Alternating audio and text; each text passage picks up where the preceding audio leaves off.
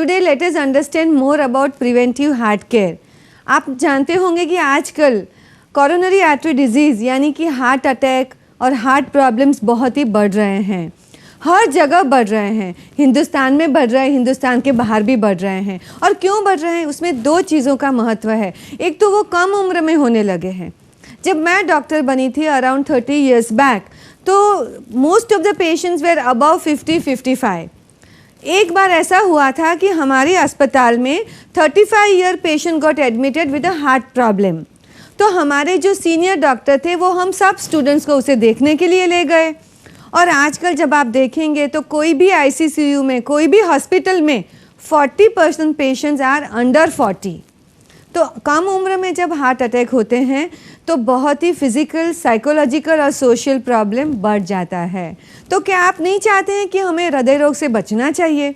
तो हृदय रोग से बचने के लिए हम क्या कर सकते हैं, छोटी छोटी चीज़ों का कैसे ख्याल रख सकते हैं, तो चलिए इसके बारे में जानते हैं।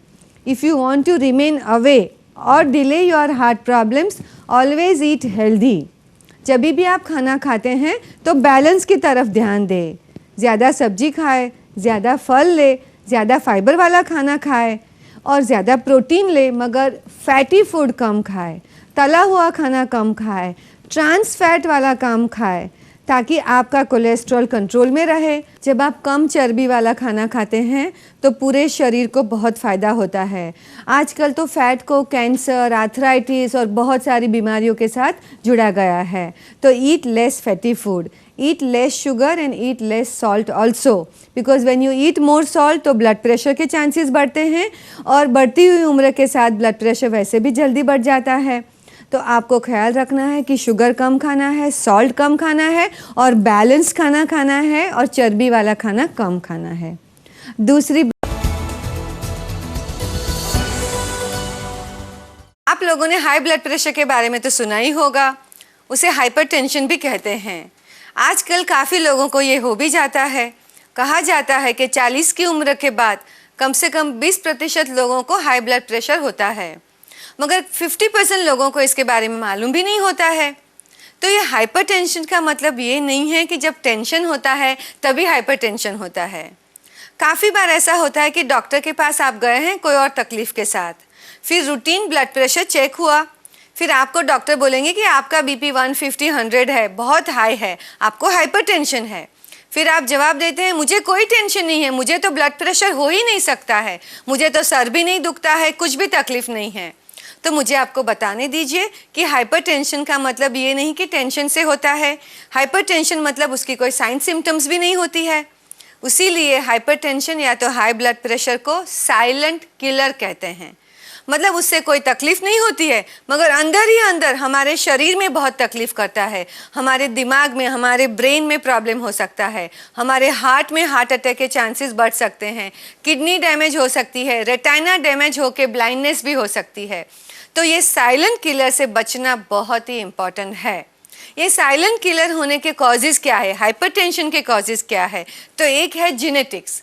अगर आपके घर में किसी को हाई ब्लड प्रेशर है तो आपके चांसेस ज़्यादा है। दूसरा है obesity, tobacco and smoking, alcohol intake, excessive salt intake, stress, and of course if you have diabetes your chances of having high blood pressure also goes up. So these are some of the causes of having high blood pressure. These are the risk factor.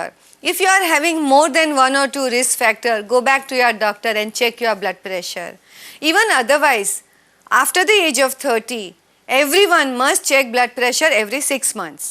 और 40 साल की उम्र के बाद तो आपको हर 3 महीने में ब्लड प्रेशर चेक कराना चाहिए। ब्लड प्रेशर चेक कराना बहुत ही आसान है, बिल्कुल कोई प्रोसीजर ऐसी नहीं है कि जिसमें आपको तकलीफ़ होगी। डॉक्टर के पास जाएंगे, पहले 5 मिनट शांति से बैठेंगे। ऐसे नहीं है कि जल्दी जल्दी गए, दौड़ते दौड़ते गए और कहेंगे कि अभी मेरा बीपी चेक करो। First you have to relax, बाद में आपके डॉक्टर आपको ब्लड प्रेशर चेक करेंगे। The best instrument is mercury instrument, तो आपके डॉक्टर ज़्यादातर उससे ही चेक करेंगे। जब आपका बीपी 3 तरह से, जैसे ब्लड प्रेशर के 3 लेवल है। एक है नॉर्मल ब्लड प्रेशर जो 120/80 या उससे कम होना चाहिए। दूसरा है प्री हाइपरटेंशन जो सिस्टोलिक प्रेशर 120 और 139 से कम होना चाहिए। और डायस्टोलिक यानी कि नीचे का प्रेशर 80 और 89 से कम होना चाहिए। तो अगर आपको प्री हाइपरटेंशन है तो शायद आपको दवाइयों की ज़रूरत नहीं है। अगर 140 और 90 से ऊपर है आपका प्रेशर तो शायद आपको दवाइयाँ भी लगेगी।